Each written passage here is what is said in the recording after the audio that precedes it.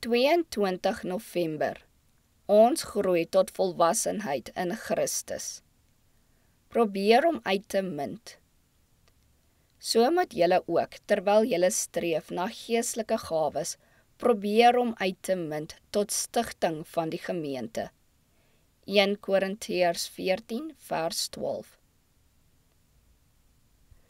Leer die jong mense van kindsbeen af, dat daar sonder arbeid geen voortreffelikheid is nie. Om uitmuntendheid te begeer sal nie voldoen nie. Jong vriende, u sal die bergkry nie bereik deur stil te staan en te wens u was daar nie. U kan u doel bereik alleenlik deur stap vir stap, miskien stadig te vorder, maar met elke voorwaarts tree vas te trap. Dit is die energieke, volhardende werker wat die Alpe sal beklim. Elke jongeling behoort sy talente deeglik te gebruik en sy geleenthede tot die uiterste toe te verbeter.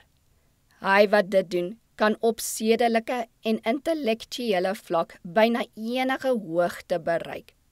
Maar hy moet 'n dapper en besliste gesindheid hê. Dit sal vir hom nodig wees om sy ore vir die lokstem van plesier te sluit. Hy moet die uitnodigings van jong vriende dikwels van die hand wys.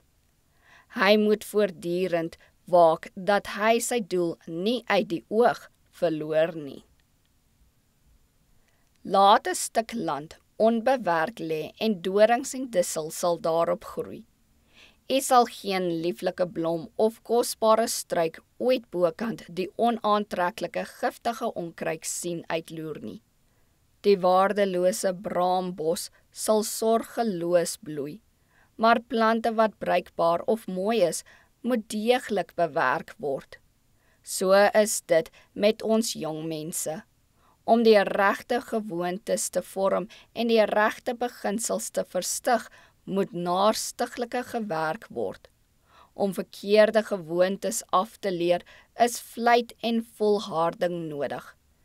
Dit is baie makliker om aan bose invloede toe te gee, as om hulle te weerstaan.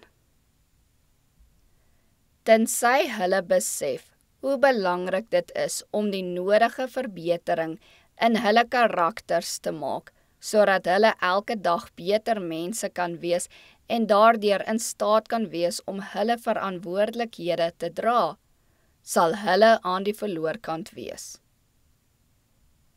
Groei in die genade, in selfvertroue, in selfbeheersing.